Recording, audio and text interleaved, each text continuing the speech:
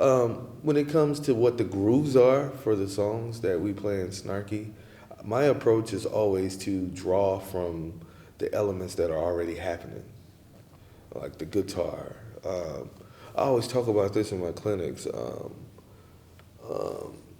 there's a song called "What About Me," for instance, and it's a pretty popular song, and a lot of people always ask, where did that beat come from? Where did that come from? Because Larnell played it on the record, but I think in some of his interviews, he said that he learned, that the groove was already established. Because we were playing that song maybe like a year before the record came out. But I think in those rehearsals where we were putting that song and arranging that song, we didn't really have an outlook on what the rhythm and the beat and the groove should actually be. I just knew Mike just knew he didn't want it to be 2 and 4. He didn't want it to be, he didn't want it to be like straight.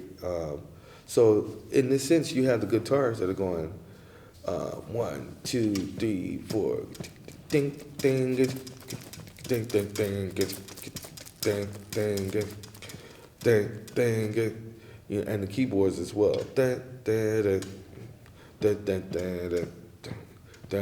And in between that, the bass player is going.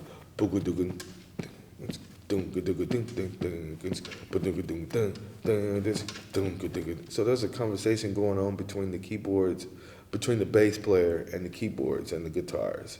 And on top of that, the horns are playing the melody, and they're going.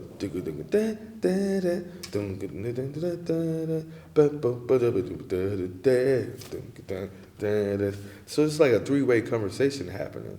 And so in my mind, and me and Nate both kind of approach it this way, we were like, how can we get in this conversation without breaking it up?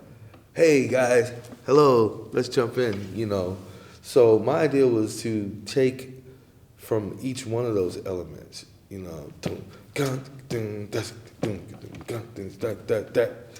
so that thing there, that phrase or that call was my way of saying, hey, we're into the conversation now. We're in the conversation. We've imprinted our own words or phrases into the conversation. So, that was our way of saying, hey, we're here, and then jumping right back into the groove. So I think in the groove that was originally initially written to play over that song, it was a part of the melody, it was a part of the bass line, it was a part of the guitar and the keyboard accompaniment. And then we added our own that. So that's the A section. The B section, everybody's pretty much playing in unison, except for the horns. But it's groupings of 5.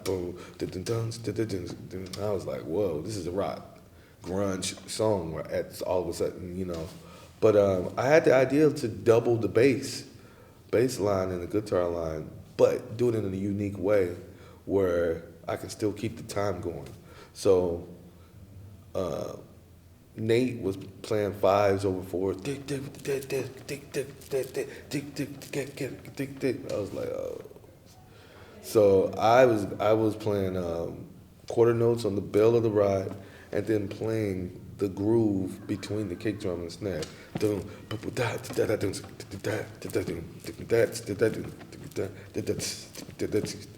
we kind of embellished it from actually using the elements that were already there. Because I think sometimes we think about grooves and we think too hard. We try too hard. We try, it's gotta, and then you think about grooves that'll go against, but work together. But sometimes you can just use what's there and work from what's there. And when you have a band that's big, you have a band as big as Snarky, it's easy to draw from what's already there.